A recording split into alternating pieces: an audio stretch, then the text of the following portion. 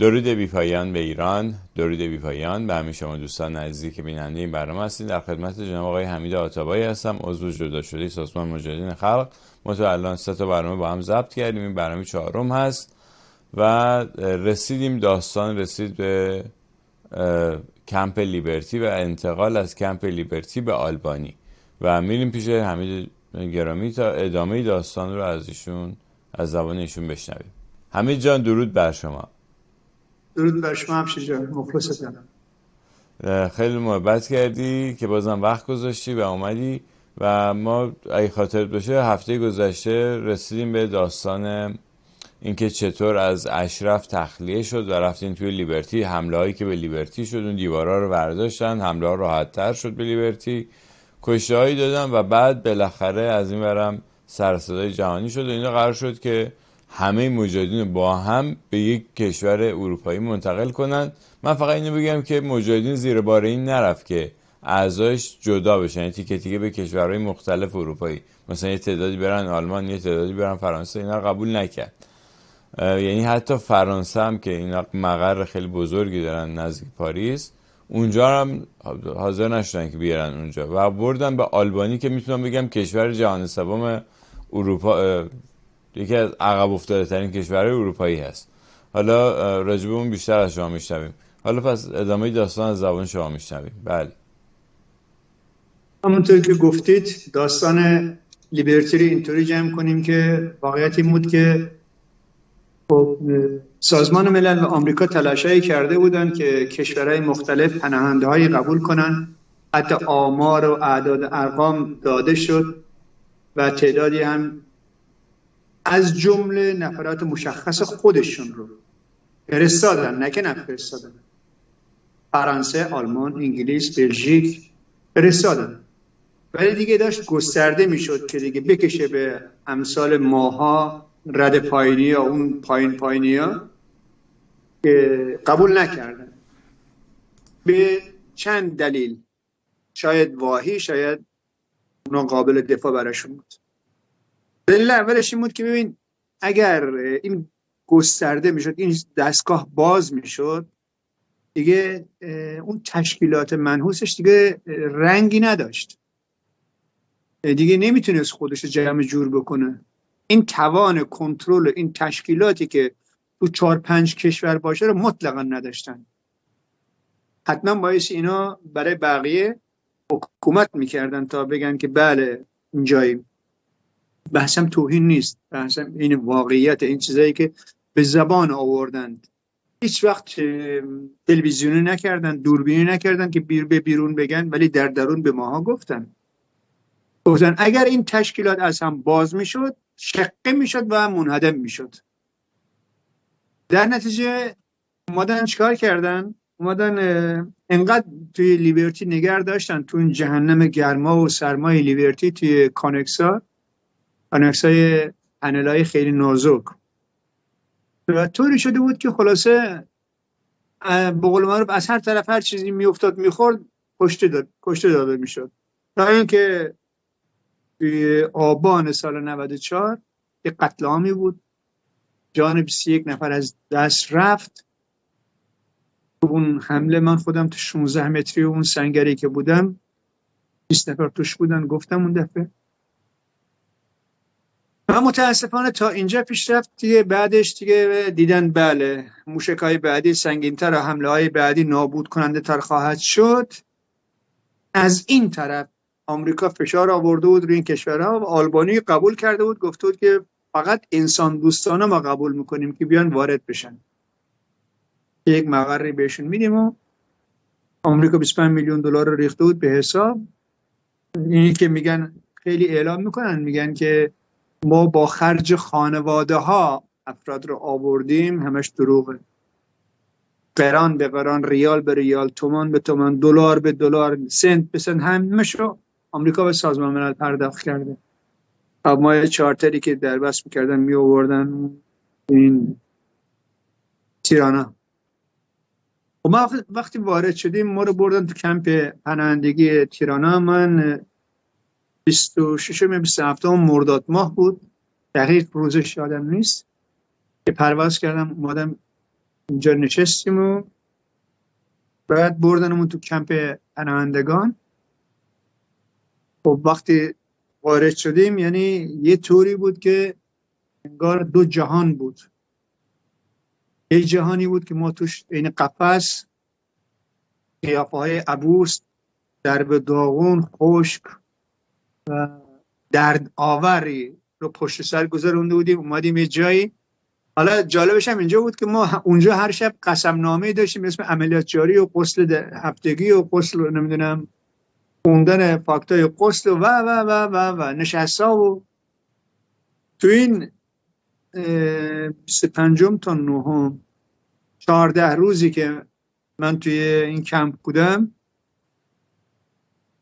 یعنی شاید بگم بعد از سالیان سال میگفتم خواستم نفس بکشم. نه نشست عملیات جاری بود، نه غسلی بود، نه خار مسئولی بود، نه برادر مسئولی بود. مثلا همه عین هم بودن. رئیس کامپ یه خانومی بود، خانم آلبانیایی. بعدم نفراتشون بازدید میکردن، دم به دقیقه بینمون بودن دیگه. در نتیجه نشستینا رو نمیتونستن بذارن. ولی در این خلال این برنامه ها شخصی به اسم جواد خراسان، شاید به گوشتون اینجوری شنیدید، یا مرتضی جواد خراسان اسم هستش، الان یادم نیستش، پیدا کردم بعداً میگم. این جواد خراسان با شیادی تمام اومد گفت بله این بچه‌ها اینجا یه چیزی اختراع کردن به نام غسل در صحنه. غسل در صحنه، غسل خود یعنی آدم خودش میشوره. بعد در اومد که بله این خانم هایی که تو کمپ هستن، خانم آشپز بود، خانم صنفی بود، خانم دکتر بود، خانم رئیس کمپ بود و 7-8 تا خانم بود. باور کنید تو روز 4-5 بود این اومد و گفتش که بله بچه‌ها شما بعد از این مثل بچه‌ها تجربه های بچه‌ها این کارو بکنید. یه خانمی رو میبینید لحظه دار جنسی میشید، اینو بگید به کنار دستیتون. بعد این راه افتاد. پس اولین چیز این بود، دستاورد و تجربه شون. ببخشید حمید جان، عذر میخوام قبل از اینکه اینو شروع میخوام ببینم خود اون قسمت از عراق اومدن به لیبرتی چجوری انجام شد؟ اون خود اون تیکه‌ای که شما مثلا قرار شد که برین، خب کی بهتون گفتن که قراره برین؟ بهتون گفتن که قراره آلبانی برین یا اینکه مثلا مشخص نبود؟ و بعدم چی گفتن؟ قبلش زمینه سازیش چی بود که قراره شما کجا برین، چی کار قراره بکنین؟ اینا رو اگه ممکنه اعلام شد که آقا همه میریم آلبانی، کشور پس آلبانی رو گفتن. خب بله، ولی آخه تو اعلامم که کردن تو هیچ امکان ارتباطی نداشتی به جایی بخوای این خبره بدی که نه، ولی مثلا تو خود بچه ها خب مثلا خوشحال شدن همه که قراره بریم اینجا. حالا بحث خوشحالی یه چیزی بود، بحث این بود که در گوشه هم دیگه میگفتیم که چی هم شده نمیبریم بریم. نه وقتی اومدم اینجا دمپایی پام بود با عرض معذرت. خب اول میومدن میخوندن خبرها، اجوری هم وانمود کنن که بله نه من نمیخوام برم. هیچ کسی نگفت من نمیخوام برم. 120 نفر بودیم خوندن، ما 120 نفر اومدیم، ها مایک اومده بودیم. بعد خیلی همون چمدونا و ساکا رو جا گذاشتیم عمدن اونجا، جنسایی که داشتیم می آوردیم نه آوردیم. چی بود جنساتون مثلا؟ لباسای دست دوم و نمیدونم پوشاک، همش همین بود، چیز خاصی نبود. اما هیچی نداشتیم.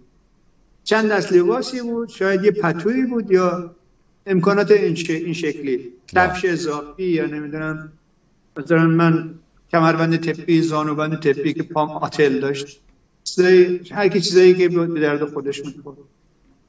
ولی از وقتی اعلام میشد 5 روز تا یه هفته قبل از پرواز اعلام میشد، بعد این تعداد ایزوله میکردن از بقیه، دیگه با بقیه رابطه نباید داشته باشید.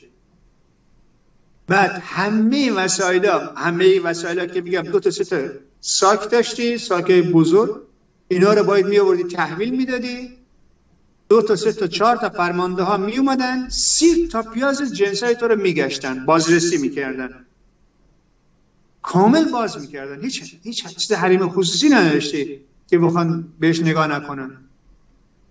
بعد لباساتو سبک میپوشیدی، خودتو بازرسی بدنی میکردن، از اون لحظه دیگه تو حق ورود و خروج به هیچ جایی نداشتی. همون مقر چند تا بنگال یا چند تا کانکسی که بود تو اون محوطه بودی تا ابلاغ بشه که آقا برین توی بارانداز. بعد از بارانداز هم گروهان حفاظت عراقی بود، اونجا اونم یه نگاهی میکردن، بعد دیگه خودشون اسکورت میکردن میبردن تو فرودگاه سوار هواپیما بشین. چون این کمپ لیبرتی بغل فرودگاه بغداد دیگه، همون نزدیکه، یعنی میرفتین تو خود فرودگاه بغداد، از فرودگاه بغداد سوار هواپیما میشین میومدین، درسته؟ بله. چون تو خود کمپ هم باند فرودگاه داشت نداشت تو خود لیبرتی؟ فکر کنم هلیکوپتر دیدم من. اوکی. خودش نزدیک بود، خیلی نزدیک. بله دست خود ارتش آمریکا بود دیگه فرودگاه. درسته. ما که از وقتی که صبح اعلام شد بهمون گفتن، اولین کاری که کردم خب یه سری وسایل فردی خودمو برداشتم گذاشتم و دیگه مثلا من اسرا قدم میزدم به خاطر بیماری که داشتم، بیماری کمردرد حادی که داشتم. توی این فرصت ها مثلا دیگه گفتن بچه این منطقه نریم، همینجا جای خودمون قدم بزنیم. بعد چون روک هم گفته بود، مژگان پارسایی روک گفته بود که بچه ها ارتباط با کسی نداشته باشید. حالا خیلی هم نمونده بود، ما آخرش بودیم دیگه، 25 مرداد، چون آخرین چیزشون 12 شهریور 13 شهریور حرکت کرد اومد. ما بعد از ما 3 پرواز فقط داشت اومدن ما، اون که اون نخبه هاشون رو با قول خودشون نگه داشته بوده. ما خلاصه ولی اعلام که کردن وسایلمون رو گذاشتیم یه سالن غذاخوری تحویل دادیم. مثلا تا اعلام کردن شاید بهت بگم ظهرم نشد، اینا تعجب میگفتن قبلی ها اینجوری نبودن. خب قبلی ها تعارف داشتن، ما تعارف نداریم، میخوایم بریم. یعنی اینقدر خوشحال بودیم گفتیم مثلا 25 مرداد من فکر کنم 10 روز یا 15 روز قبل ترش یا شاید 20 روز قبل ترش هم همون مقر ما دوباره موشک خورده بود. موشکی که عمقش 2 متر، قطر دهنش 7 تا 8 متر بود. یعنی لرزون، یعنی همه چیز ما رو ریخته بود دیگه. فقط ما میگفتیم خدایا فقط تو، واقعا دعا میکنیم. راه میرفتیم به هم دیگه میگفتیم بچه دعا کنید. بیدین‌ها به قول معروف اونایی که دیگه قائل نمازا و نماز ترک کرده هم دیگه افتاده بودن به دعا کردن و نماز خوندن که خدایا این عراقی‌ها ببخشن. البته بعد اعلام شده بود که حفاظت شدید خواهد کرد و تو این فرصت دیگه حمله ای نشد، موشکی هیچی نشد. بعد یه سوال دیگه، 2 تا سوال البته. یکیش این که خب تو این مدتی که شما تو لیبرتی بودین، خب تو اشرف داشتین کار میکردین، مثل همون بنگالا که گفتیم میساختین. تو لیبرتی چی؟ هیچ کاری نداشتین دیگه؟ همینجوری فقط از صبح تا شب میگذشت دیگه؟ هیچ کار دیگه ای نداشتین؟ مثلا چون همین فعالیت‌های اینترنتی که حالا یه عده‌ای همیشه مجاهدین همیشه اکتیو تو اینجور چیزا، میخوام ببینم شما چی کار میکردین تو لیبرتی؟ کاری میکردین؟ داشتن ما یه جنبه اطلاعاتی امنیتی، یه نکته‌ای داره این حرف بخوام بگم. اگر پخش بشه شکایت بکنن، من اینجا نیرو امنیتی این کشور چیزم میکنن، بازخواستم میکنن. بله. نمیتونم پشت دوربین این حرف رو بزنم. بله. ولی کلیشو میگم. ما حدوداً 35,000 گونی پر کردیم با دست هامون. نه بیل مکانیکی بود، نه لودر بود، نه بولدوزر بود. یه جایی بود به اسم آشپزخونه، کنارش گودال هایی میکندیم، گونی های سنگر. گونی های سنگر میدونید چیه؟ بله. گونی های سنگر پر میکردیم. 35,000 گونی ما پر کردیم. پینهای دست هنوز از ما مونده. یعنی بیگاری میکشیدن ازتون؟ بله بیگاری بود. کلنگ و بیل هم که عراقی نمیدادن خودمون میساختیم یه جوری. هر قیمت شده مثلا گاریایی درست کرده بودیم، شبا خاک پر میکردیم میکشیدیم، مثل پاراسپوربا و اون فیلمای اون موقعی که چیزایی که نشون میدادن، فیلمای قدیمی که مثلا نشون میدن یا دی ام پی ام پوی. یعنی شبیه اردوگاه کار اجباری یه جورایی. واقعا همین بود. بله. نمیرفتی توهین بود، میرفتی جسم دیگه برات نمونده بود. این سنگر خب معلوم بود مال کی بود، مال چی بود، کجا بود، به ما نمیگفتن ولی خب میفهمیدیم. مال کی از بود؟ غروب شروع میشد تا صبح که عراقی‌ها نبینن. بعد اون محلا استتار میکردیم با خار خاشاک که اون چالها دیده نشه، عراقی‌ها نبینن، نفهمن که اینجا سنگر نمیدونم کندیم و خاک بردیم و بونی این کار کردیم. بعد تو این فاصله که شما از لیبرتی اومدیم به آلبانی، یه سری مثلا همین بچه‌هایی که مادر پدرشون یه بار تو دروغ جاویدان به کشتن داده بودن، بعد این بچه‌ها رو شستشو مغزی دادن از آمریکا و چند تاشون من میشناختم که بردن اونجا و یادمه که بعد از اینا سیتیزن آمریکا بودن مثلا یا گرین کارت داشتن یا هر چی. به هر حال اینا یه سریاشون برگشتن اومدن آمریکا، چند نفرشون من میشناسم که برگشتن اومدن آمریکا. میخوام ببینم تو یادت هست که کسانی اومدن اصلا آلبانی دیگه نیومدن، از لیبرتی رفتن یه جای دیگه؟ بله میشناسی پس؟ بله. ناجی مثلا یکیش بود، ایمان نژاد. گفتی درجا چیزی که یادم افتاد این بود، تو میگفت از آمریکا اومده. جوون بود حدوداً؟ سر بود، آره. ناصر هیکلداری بود که فوتبال آمریکایی بازی میکرده، بچگیاش من دیده بودم، میشناختم.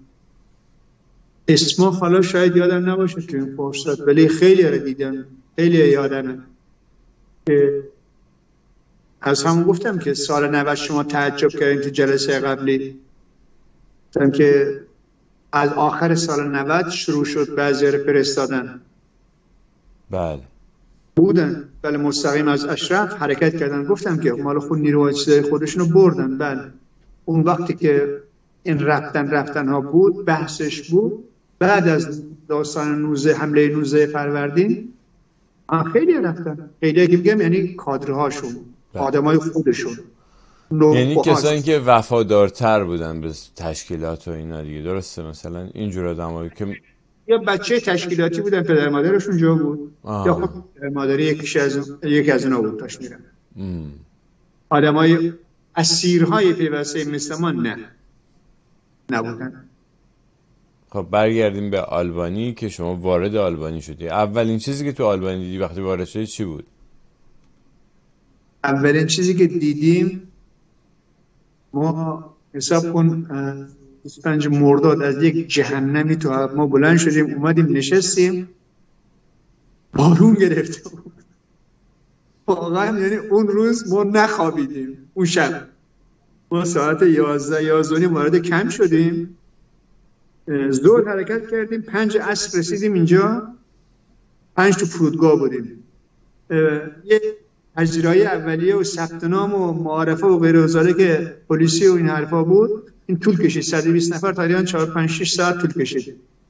5 ساعت طول کشید. حساب کن از 10 تا 11 تو مسیر کمپ 1 ساعت میشد. از فرودگاه تا کمپ 1 ساعت راه بود.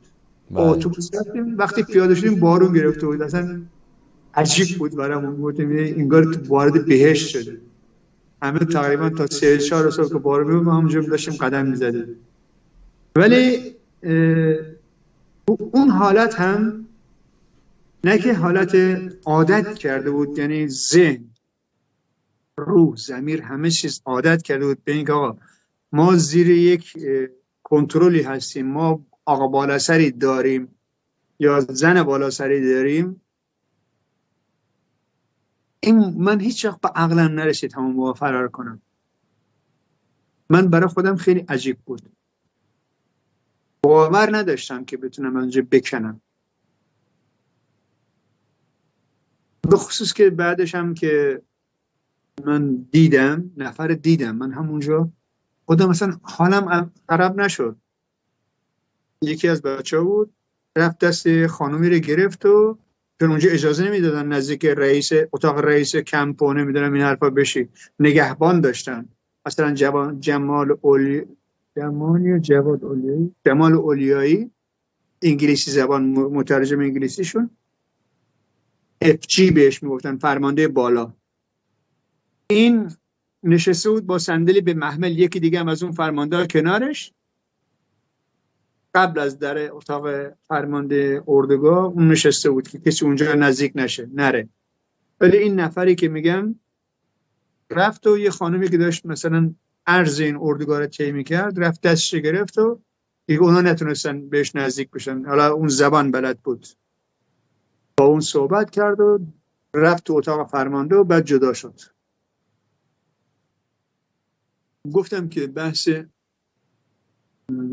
انقلاب ایدئولوژیک از اونجا استارت خورد دوباره. گفتی تو لیبرتی هم 70 تا 80% اونایی که نمیمادن تو سنگر کندن و نمیدونم گونی پر کردن ها نشست بود. نشست پروژه خانی، پروژه دنیای بورژوازی و طلاق بورژوازی، کشور ثالث. اون دفعه گفتم یادم رفته بود، میگفتن ثالث، طلاق ثالث، کشور ثالث. قبل از اینکه بیایم آلبانی، ما آلبانی رو طلاق دادیم اومدیم توش. یعنی خیلی موسیقی بود، خیلی، یعنی با همه چیز مسخره بازی در می آوردن. خب بعد از 8-9 روز ما چون یکم جسممون سالم بود، خانم ها داشتن بعد می اومدن ما رو نگه داشتن، گفتن بار تخلیه کنیم. تا آخرین سریای مثلا مرداشون داشتن می اومدن دیگه، ما بودیم و کمرمون شکست. هر روز بار می اومد. بعد رفتیم تو منطقه کاشار غرب ایرانا، یک میلیونر اردنی بود که ساختمان سازی کرده بود. رفتیم کمیسری عالی پناهندگان و آمریکا اونجا رو اجاره کرده بودن، ما رفتیم اونجا هم که بودیم دور تا دورش نگهبان داشتن دوباره. بعد دیگه دوباره بحثا و نشستا و غیره و ذالک دوباره شروع شد تا اینکه کامپیوترهایی رو آوردن از یک شرکت آلمانی که اینجا رو ترک کرده بود، آلبانی رو، یه سوله‌ای بوده، سامسونگ نوشته بود روی مانیتورش، تا جایی که یادمه، چون یادمه میگم یعنی 4-5 سال پشتش نشسته بودم، از بس نگاه کردم نوشته سامسونگش الان جلو چشم اومد سری. یک کامپیوتری بود عقب مونده، خیلی هم اون، یعنی خیلی چیزش عقب بود. مدلش آوردن حدوداً 3000 خورده کامپیوتر بود، خریده بودن، آوردن توزیع کردن بین نفرات بدون اینترنت اول. بعد گفتن یه سری آموزش‌هایی رو می‌خوایم شروع کنیم، از جمله آموزش اتوکد برای کار مالی. یک سری شرکت‌های اینترنتی بود که بهش مراجعه می‌کردن، کار می‌گرفتن، طراحی و نقشه کشی ساختمان و در حد کارایی بود. $5 می‌خواستم بگم اتوکد مال نقشه کشیه، یعنی حسابداری نیست. اوکی، خب بله. چی گفتن؟ نقشه کشی ساختمان بود. بله. مثلا یکی براتون چیزای الان اسمش یادم نیست، برنامه‌ها، یا طرف مثلا ساختمان رو یه جایش می‌خواست تغییر بده، دیواری رو بکشه، دری رو عوض کنه، نوشته بود که نیاز دارم به طرحش. $5 $10 $20 کارهایی که می‌گرفتن اینجوری بود اولش، تا $50. یه مدت کار کردیم، اگه اشتباه نکنم بهمن ماه بود، اومدن صدا کردن گفتن که بچه‌ها هدف این بود که شما با کامپیوتر آشنا بشین، دستتون بیاد، خوب مسلط بشین به کامپیوتر. اینا طرح برنامه بوده کلا. ما تو اون موقع ما اینترنت وارد نشده بودیم، اتوکدی که میگم تو کامپیوتر نصب کرده بودن، روش تمرین میکردن، بعد مربی که درس میداد از چیز اون اجرا میکردیم.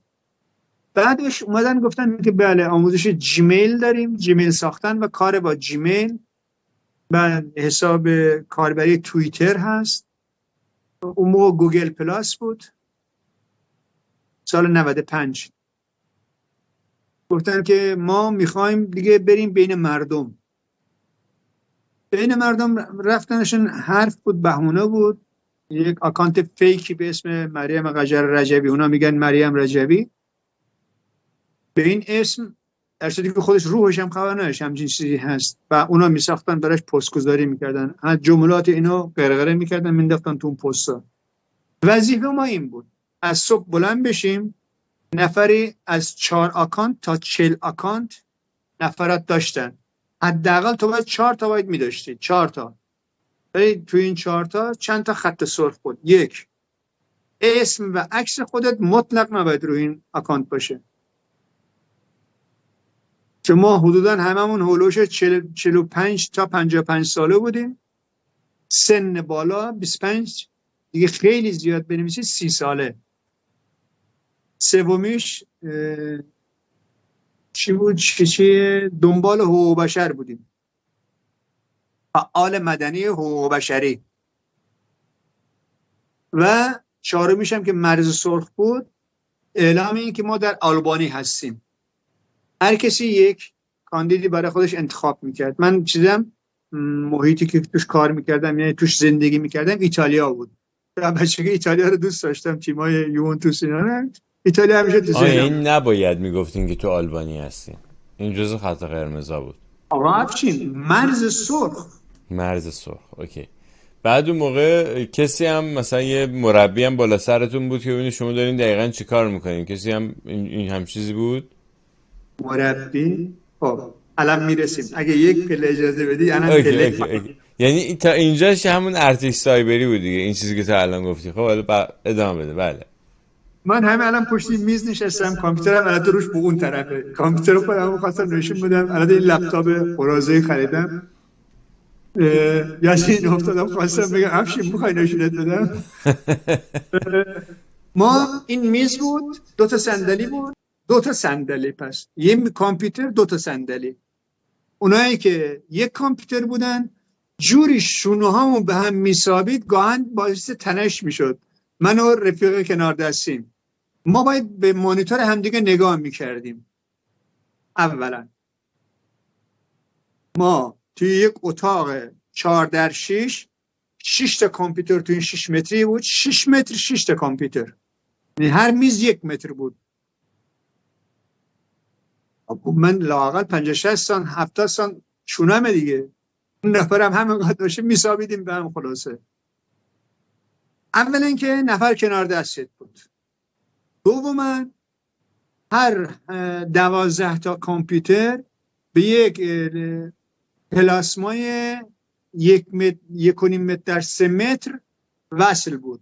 کنترل تو اتاق ما 3 تا اتاق بود، 4 اتاق بود.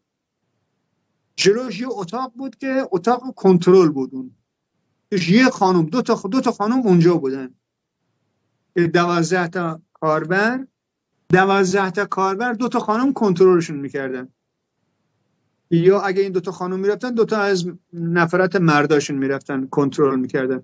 که توی هر پلاسما 6 تا کاربر دیده میشد. حالا چیکار میکردن تو کامپیوتر، چه برنامه درست کرده بودن؟ خب بالاخره اونا با پروفسور ساسان در ارتباط بودن. پروفسور ساسانی که همون کاناداست. این چیزا رو اونا یادشون داده بود یا هر چیزی.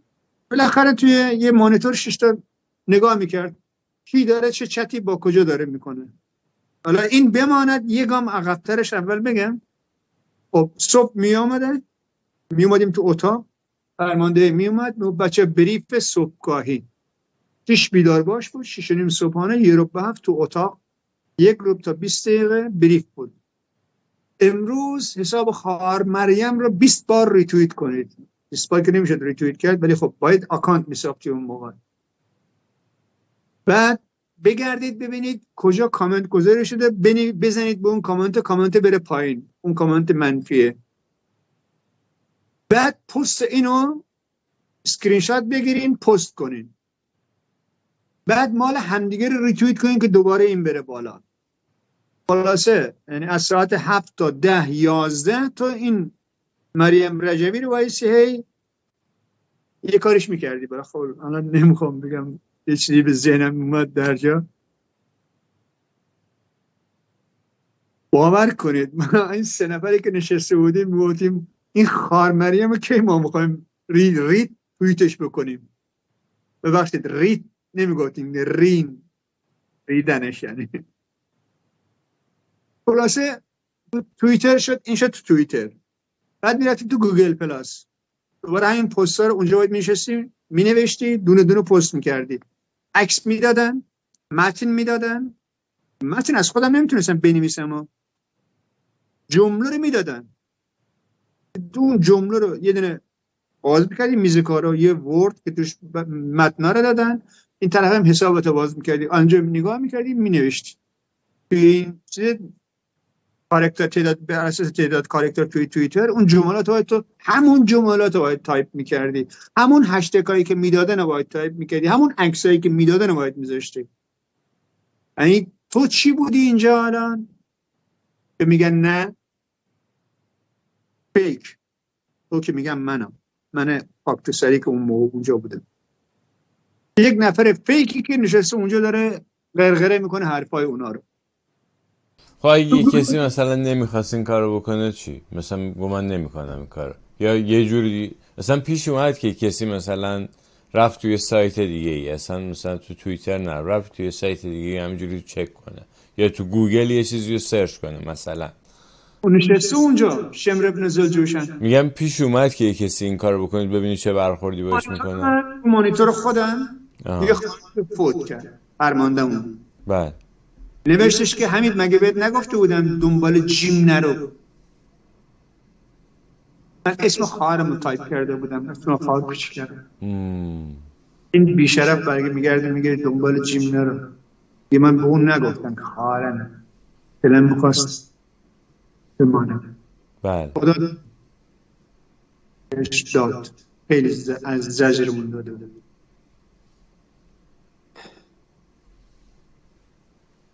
خب ما رسیدیم به بحثای ریتوییت و غیر و زالک. یه چیزی هم هر سال داشتم به اسم کهکشان. کهکشان، این مریم میرفت توی پاریس، تو همون حومه پاریس، تو اوورسواز، روستای اوورسواز،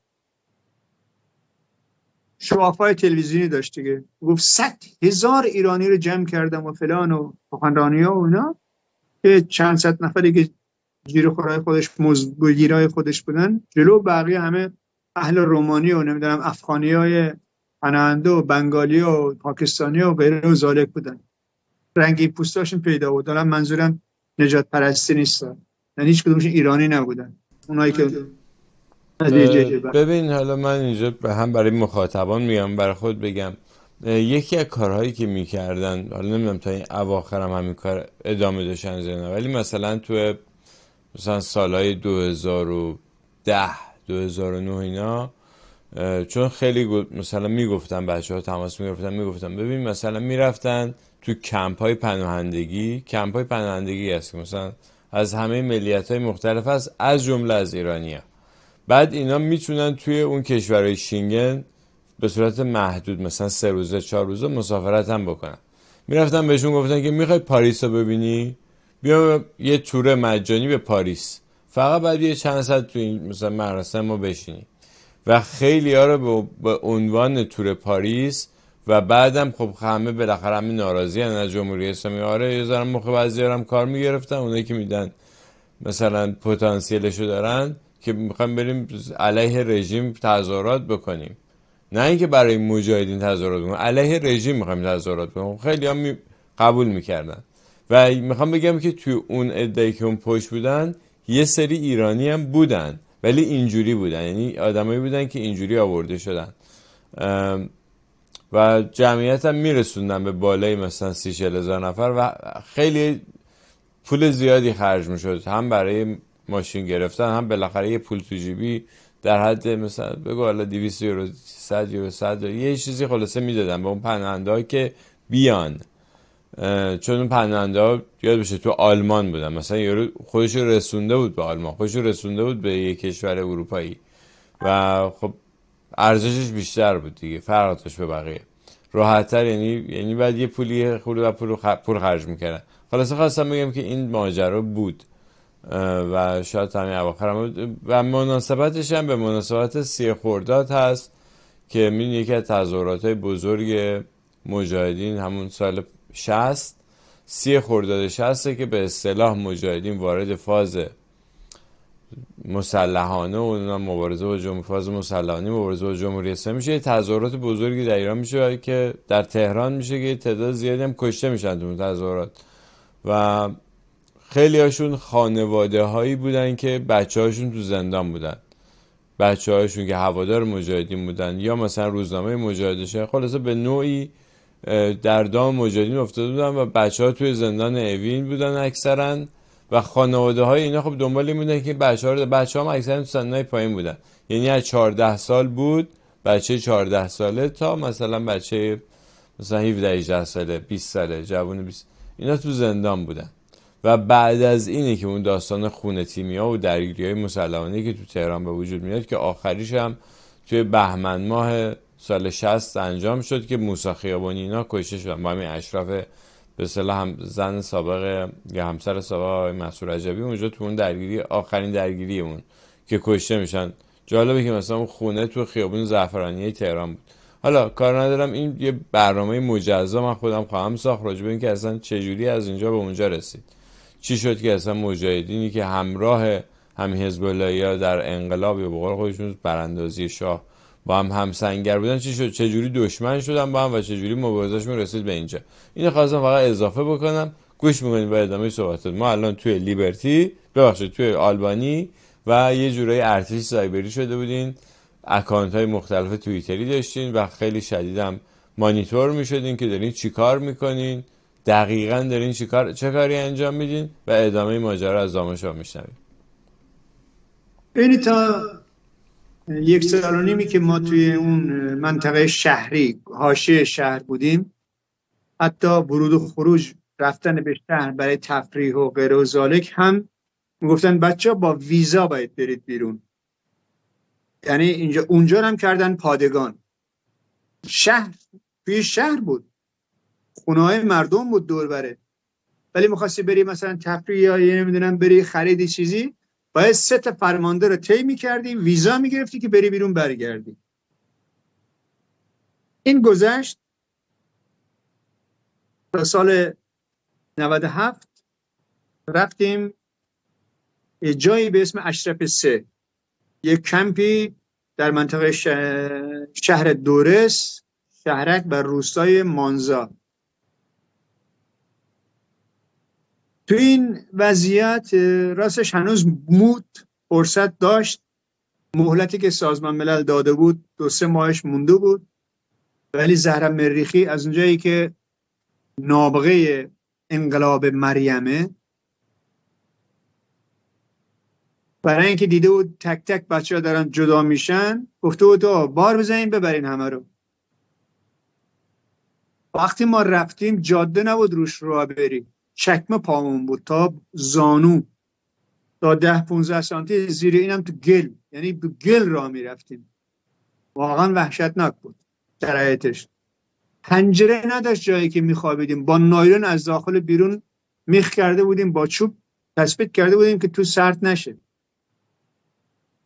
در صورتی که اون ساختمون هایی که آمریکا داشت اجارهش میداد، پول اجارهشو هنوز مهلت داشتیم توش زندگی کنیم.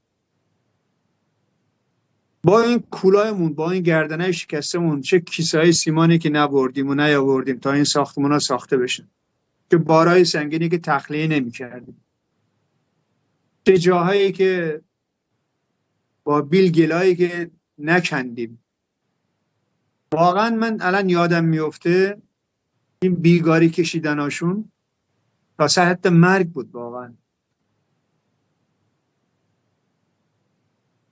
وقتی کمی استقرار شروع شد، بعد اومدن گفتن که یک برنامه‌ای هست پیشرفته، خیلی پیشرفته، تازه هم اومده به اسم تلگرام. الان من نمیدونم تلگرام از کی پیدا شده، ولی ما سال 97 بهش رسیدیم، 1397 فکر کنم. تلگرام مثلا از سال 2010 اینا داشت کار میکرد، بله. یعنی مثلا 2013 دیگه اوجش دیگه قشنگ همه میدونستن که یه همچین برنامه وجود داره، بله.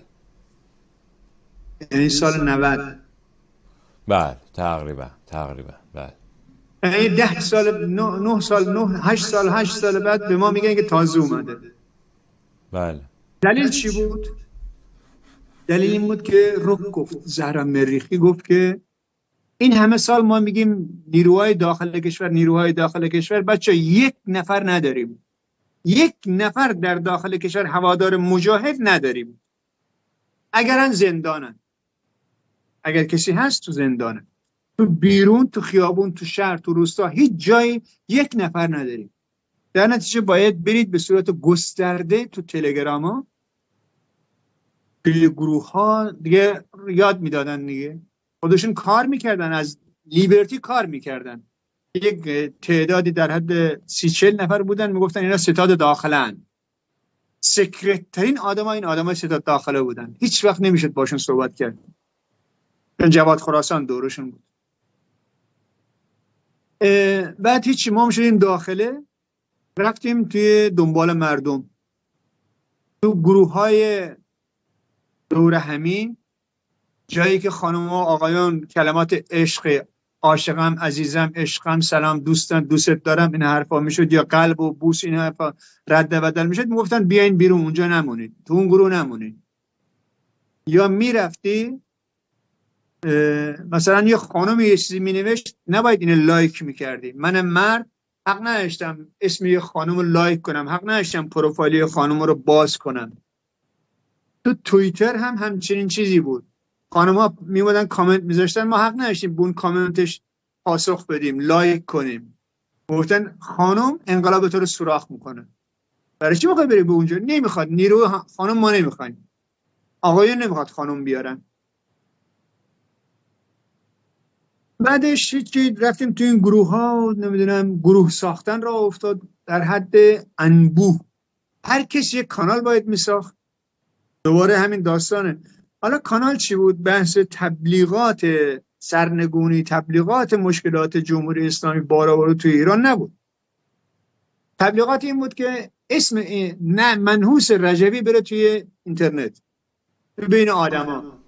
بعد ببین همینجا، خب مثلا تلگرام شما باید یه شماره تلفن هم میداشتی، شماره تلفن مثلا به شما داده بودن؟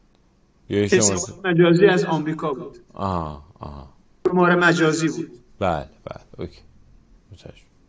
99.9% شماره مجازی بود، فقط مال اون سری که همه رو میخواست کنترل کنه اون شماره تلفن خودش بود. بله. یک نفر داشت. یک شماره تلفن هایی هم ما داشتیم، سیم کارت های با چیزای خیلی محدود که سیم کارتی نمیتونستی توی آلبانی به یه شهر دیگه زنگ بزنی، با اونها ساخته شده بود، ولی با سیم کارت من برای یکی دیگه ساخته بودن، مال یکی دیگه رو برای من داده بودن، نمیذاشتن از سیم کارت خودت استفاده کنی. ما بعدا تو تلفنت یه وقتی رفتی بیرون، دکتر رفتی، یه تلفن بهت میدن تو اون بیفته این تلگرامت. متوجه شدین؟ بله قاطی کرده بودن که نتونیم تو دسترسی داشته باشی تو تلفنی که میبری بیرون. درست. چند بخش بود بخش کار. یک تعدادی بود که اینجوری مشخص کرده بودن، مثلا اصطلاحشون بود حوزه نمک. نفری که تو بهش سلام میدادی میگفتن آقا امروز به 10 نفر باید برین تو پیویاشون سلام بدین. آدمایی که مثلا 2 نفر با هم صحبت میکنن، طرف گفته بود که امروز صف مرغ بودم 4 ساعت وقتم علاف شد، این آدم میگفتن مناسبه برو سراغش. میرفتیم سلام، بعد درجا اون اکانت تلگرام باید میبستی. چون اکانت تلگرام هم 4 الی 5 تا هر کسی اکانت تلگرام داشت که رو میزکار کامپیوتر بود دیگه. باز این زیرم توی تسکبارش میذاشتیم 1 2 3 4 5 تا اکانت داشتیم. به اونی که سلام دادی درجا تلگرام آف میکردی، میرفتی تو بعدی، دوباره میشستی نگاه میکردی یکی اعتراضی بکنه، یا تو این گروه ها سلام دوستان من آمدم، فعال حقوق بشرم، در اروپا هستم، آیا کسی خبری ندارد؟ جملات تکراری این شکلی مثلا نوشته میشد، فعال حقوق بشر، فعال مدنی. بعد دیدن این نگرفت، گروه های رانندگان، کشاورزان، کارگران، پیشوران، نمیدونم دلالان، مغازه‌داران، آهنگران، طلافروشان، بانکداران، پرستاران، دکتران، گروه های انبوهی گروه شروع کردن به راه انداختن. گروه ها را میبردن تبلیغ میکردن که ایران، از داخل ایران بیان تو این گروه وارد بشن. از جمله گروهی که ما خودمون ساخته بودیم، من و مرید و افرازه و پورجعفر، عادل پورجعفر که فرمانده بالا اون بود، گروه کامیونداران. اولش ما اینجوری نشسته بودیم، عکس فیلم که چی زیاده، فیلم عکس زیاده، کامیون زیاده توی ایران دیگه، تو اینترنت می آوردن به اون میدادن، نه اینکه خودمون بتونیم بریم سرچ کنیم در بیاریم. نه، یعنی یک چیزی بود به اسم روابط عمومی که این تغذیه بهش میگفتن، تغذیه میداد. اینترنت داخلی، چیزی بود به اسم اینترنت داخلی. از طریق اینترنت داخلی یه سیستمی به اسم خدمات فنی، این خدمات فنی می آورد از اینترنت داخلی به اینترنت بین المللی وارد میکرد. یعنی این امکان داشت، فقط توی کامپیوتر اون فرمانده مشخص اینترنت داخلی با اینترنت خارجی ارتباط داشت. وقتی اون می آورد از روابط عمومی تو اینترنت خارجی، اون ملاتا رو توزیع میکرد بین آدما. مثلا میگفتش که این فیلم، عکس، مقاله است، نوشته است، متونی که شما باید به کار ببرید، اصطلاحاتی که باید صحبت بکنید، مثل شوفرا. اصلا صحبت کردن توی جامعه عادی یادمون رفته بود، از بس اون تشکیلات قفسوار مونده بودیم. بعد میشدیم راننده، میگفتیم که خب منصور کجا داری میری؟ میگفت من تو رشتم. تو کجایی؟ من توی بوی رحمتم. حالا اینی که تو رشتیه کجایی بود؟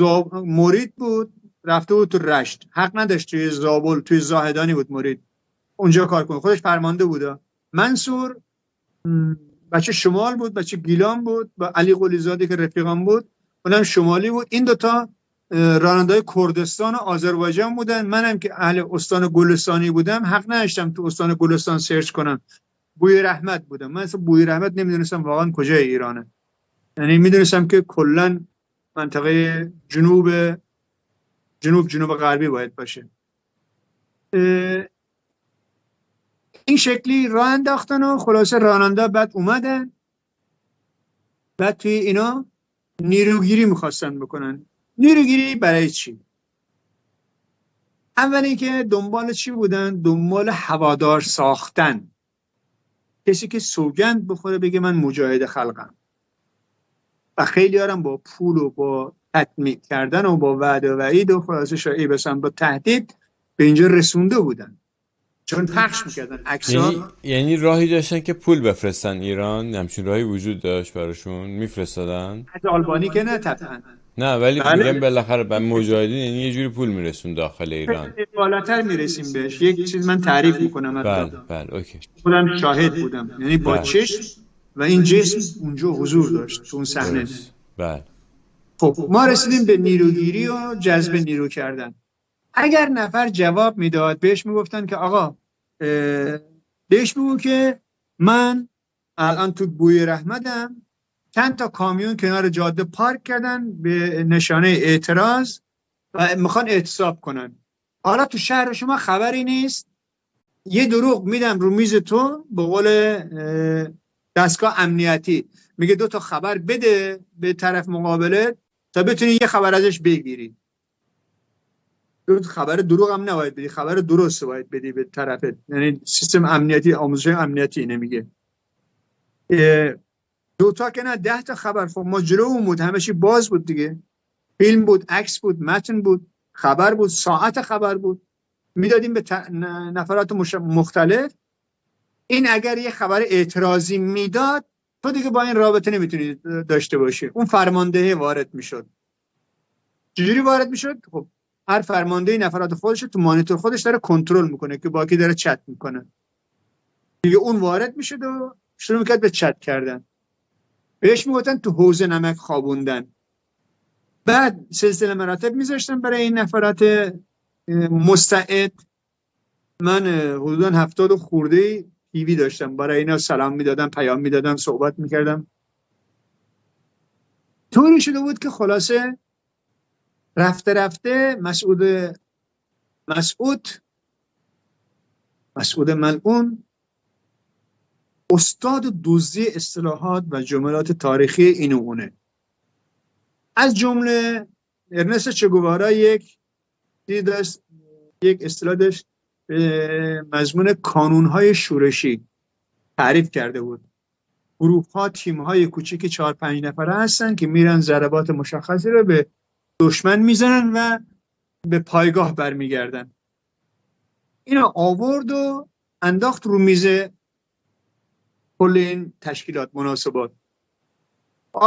قانون شورشی بسازید. خط عوض شد. خط از تبلیغ مریم رجوی چرخید به سمت کامل به داخل ساختن قانون شورشی، جمع کردن که آوردن کسی که حرف اینا رو بتونه اجرا کنه، یعنی گام به گام بره. مثلا اول کف دستش یک شعار بنویسه، مرگ بر سران جمهوری اسلامی یا درود بر این مسعود ملعون، عکس بگیره، فیلم بگیره، نشون میده. گام بعدی یه تیکه پولی، کاغذی، گام بعدی جلو صورتش کاغذ نوشته بگیره، گام بعدی اگه اینا رو اجرا کرد بره عکس مریم یه جایی بذاره. دم توالتی میذاشتن، طویله‌ای بود اغلب، یا اون پهنای گاوی که میریختن یه جایی میذاشتن، یه جاش ملت میذاشتن. خلاصه میرسوندن به جایی که طرف بره مثلا در دانشگاهی رو آتیش بزنه، بره در مسجدی رو آتیش بزنه. مثلا تو شهر ما تو گنبد رفته بودن حوزه علمی اهل سنت رو آتیش زده بودن. بزرگترین عملیات افتخار آفرین کانون‌های شورشی اسمش رو گذاشتن. 2 نفر رفته بودن این کار کرده بودن. و تابلوهای اطلاعات، تابلوهای راهنمای رانندگی، تابلوهای مثلا پلیس راه هست. اگر با مشکلی مواجهید به این شماره زنگ بزنید. مثلا من جایی که خودم کمپانی کار میکنم، از در وارد میشید تا به محل خودم برسم 4 بار از این تابلوها هست. 4 جا بزرگ، پلیس، امنیت پلیس، آمبولانس و اورژانس شماره گذاشته. همین تابلوها رو اگه برن یه نفر آتیش بزنه بهش میگفتن که فتح بزرگ، عملیات غرورآفرین کانون‌های شورشی. حالا اینا کی بودن و چجوری ساخته میشدن؟ آدمایی بودن متاسفانه به لحاظ وضعیت مالی پایین، کارگر، دستفروش، کار از دست داده، گاهن معتاد، بزهکار، طلبکار، چاوکشی فلانی بوده، از زندانی آزاد شده، جایی در رفته. و حتی بود توشون دکتر و دانشجو نابغه. چجوری گولشون میزدن؟ برای آقایون اغلب خانم ها میرن صحبت میکنن و پیام و پسخام و وعده و وعید. وعده و وعید ها از سنخ اونی که من خودم اومدم. اولش ما گفتن بابا جون برده پس برده سرنگونی، این کارخونه ها و فرمانداری و استانداری و شهرداری و نمیدونم دانشگاه و فلان و فلان و فلان و فلان رئیس به کتاب شما ها باید بشین. حرفای اینطوری. اگه نفر تضاد مطرح میکرد، تضاد مالی، سنخش مالی، جنسش مالی، خب یه چیزایی بود ما میگیم اینجا شارژ اینترنت، بسته اینترنت. ایران میگفتن بسته، که اونایی که یک عکس یک خبر اینجوری داده بودن یک بسته 35,000 تومانی یا 50,000 تومانی سال 97-98 داده میشد. یعنی پس 2 هفته 20 روز 1 ماه شارژ اینترنتش داده میشد. چطوری؟ تو اروپا که میگم اروپا غربی، مثل کشور مثل فرانسه، بلژیک، آلمان به طور خاص، از اون طریق برای یه سری واسطه هاشون که داخل بودن پول میریختن، اونا میرفتن بسته اینترنتی میخریدن، کدهایی رو میداد دیگه طرف، کدهایی که وارد کنید تو تلفن تو اینترنت اضافه میشه. ما این کدا رو عکسش میگرفتیم میدادیم به طرف، میگفتیم بزن، میزد، میگفت بله شارژم ریخته شد. پس این گام اول شد دادن اینترنت مخاطب. از این خردریزا رد شیم. من یک فاکت میگم چون الان خواهی گفت 1 ساعت شده قطع نکنیم، من دیگه میرسم سریعتر این فاکتور رو بگم. نه بگو این قسمت ها خیلی مهمه. این چیزایی که داری میگی نه هیچی از قلم ننداز، هر چی فکر میکنی مهمه بگو. بله. ما روحی رفاه ما عصر شنبه یک فیلم سینمایی بود و شنبه شب بعد از شام یک فیلم سینمایی با اینقدر تقریبا تخمه آفتاب کردن. مثلا بگم این لیوان هست، انقدر لیوان تخم آفتاب گردان میدادن، یا در حشره کشا بود، از اونها یه دونه میریختن تو بشقابت، یه سیب، یه پرتقال یا یه موز کوچولویی هم به عنوان سورپرایزش بود. میشستی اینا رو بخوری، فیلم سینمایی نگاه کنیم. فیلم سینمایی هم که ادیت شده، به شدت ادیت شده، سانسور شده، توش لب گرفتن زن مردی، نمیدونم یه مقداری از چیزای خانم و آقایان یه مقدار بیشتر باز شده باشه، دیده بشه، نباید باشه، خط سرخ انقلابه. خب ولی ما عصرا غروبا کامپیوتر رو میذاریم توی آپدیت، اگه آپدیتی داره آپدیت بکنه تو اینترنت، بعد دیگه آخر شب خاموش میکردیم، بعد از فیلم سینمایی میرفتیم میخوابیدیم. من فکر کنم شاید اولین و آخرین باری بود که فیلم سینمایی نشستم نگاه کردم. یکی فیلم سینمایی فکر کنم شیردل بود، 3 ساعته بود، خیلی زیاد بود. یه فیلم بود شیردل، حالا شجاع دل که مل گیبسون بازی میکنه. آره بله گفتن شیردل اینجوری ترجمه کرده بودن، تفسیر به رد. بله. یادم افتاد که من کامپیوترم روشن موند، چون همه بچه رفتادن خوابیده بودن. من رفتم گفتم خب اگه در بازه برم خاموش کنم، از اینترنت خارج، که اونا میکنن، چون ساعت 12 اینترنت قطع میکنن. اینترنت قطع میشه، تو بری اتاق هم اینترنتی وجود نداره، کامپیوترت هم روشن هم باشه نمیتونی کاری بکنی، چون اصلا رو میز. اینجا یه پرانتز باز کنم، هیچ کامپیوتری خودش مستقیما به اینترنت بین المللی وصل نبود، وصل بود به یه سروری. هر مقری 4 تا 5 تا سرور داشت، اینا نهایتاً وصل میشدن به یه سرور مرکزی توی اشرف که از اون طریق وارد میشد به اینترنت مرکزی. یعنی توی 2-3 جایی دوباره زیر نظر بودی. حالا برمیگردیم اتاق کامپیوتر، اتاق اینترنت. وارد شدم دیدم مهدی اینجوری نشسته، فرمانده بالام بود. گفتم ها مهدی، گفت فرشته شدی تو؟ بودم والا من فرشته نیستم، من حمید آتابایم. گفت نه منظورم اینه که الان من مونده بودم 1 دقیقه دیگه اینترنت قطع میشه، یه کاری باید بکنیم، جواب بدیم. گفتم خب. گفت تو فقط همون جایی که هستی بشین، هر کاری میخوای بکنی بکن، سیگار میخوای بکش، تخم میخوای بخور، بیا اینم تخم موز من تو بخور. گفتم مهدی چی شده؟ گفت خبر نداری؟ گفتم نه.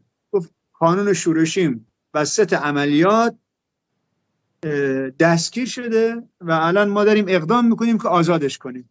عملیات چی بود؟ عکس مریم قجر از یه پل هوایی بندازن پایین، آویزون وایسه. یه نفر دیده بود این قانون شورشیشونو و اون گفته بود که دوربینیته بده، گوشیته بده. بسیجی بوده یا هر چی بوده، اینا میگفتن بسیجی بوده. بعد طرف زنگ، یه نفر پایین وایساده داره فیلم برداری میکنه، یه نفرم بالا داره عکس میندازه. پایینی درجه زنگ میزنه، میگه که الو مهدی، داستان از این قرار. میگه چی شد؟ میگه که هیچی، صحنه رو ترک کنین. میگه نمیذاره بریم که. میگه ماشین ول کنین، تلفن‌ها رو ول کنین، از اینجا بریم. میگه آقا جون ماشین اینقدر میلیون تومان من پول بهش بریزم، همه زندگیم گرو این ماشینه، یه پژو بوده. میگه خب عیب نداره. عسکر حمیدرضا حکیمی، فرمانده، بالاترین فرمانده مرد، میره که تو اتاق زن مسئول بهش اطلاع بده که بگه این موضوع جدیه، ما 2 نفرمون دستگیر بشن دیگه کل چیزمون میسوزه. گفته بودن که یه مقدار لفتش بده، پول از انگلستان داره واریز میشه. ساعت 1 اون مبلغ میلیونی ها ریخته شد. اون 2 نفر ماشین و بلبه گوشی رو دادن به اون بسیجی و رفتن. در عرض 1 ساعت خورده ای مثلا بگو 10 میلیون تومان سال 98، اول 98 خیلی پول بود اون موقع. 10 میلیون تومان اگه اشتباه نکنم 206 میدادن بنز. خلاصه به همین راحتی با این حجم خرج کردن نفر جذب میکردن. یا یک نفر، یک فاکت دیگه اگه اجازه است بگم، یک نمونه دیگه.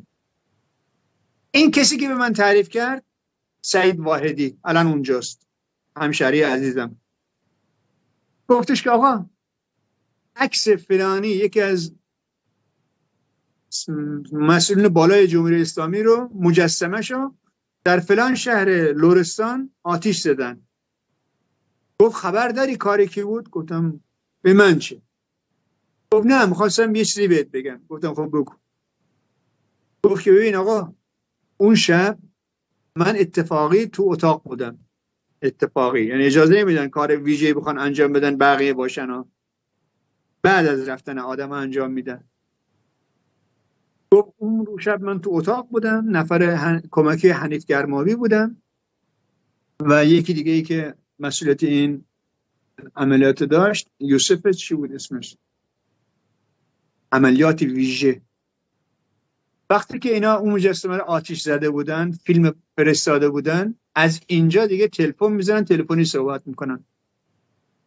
گفته بود که ببین خانوادت آماده است. از قبل اول به اون اعلام کردن که آقا از قبل خانوادت آماده کن، یه کاری داریم با. اونا هم هر جفتشون خانواده‌شون آماده کردن، ماشین دربست کردن. گفته که یه هفته نه، یک ماه، یکیتون بره شیراز، یکیتون بره اصفهان، یک ماه مسافرت. بعد الان اگه نگاه کنید تو کارت بانکیتون هم پول واریز شد. میگفت ابعادی که ریخته بودن طرف پشت تلفن داد میکشید، یعنی میگفت حجم پولی که ریخته شده کلان بوده.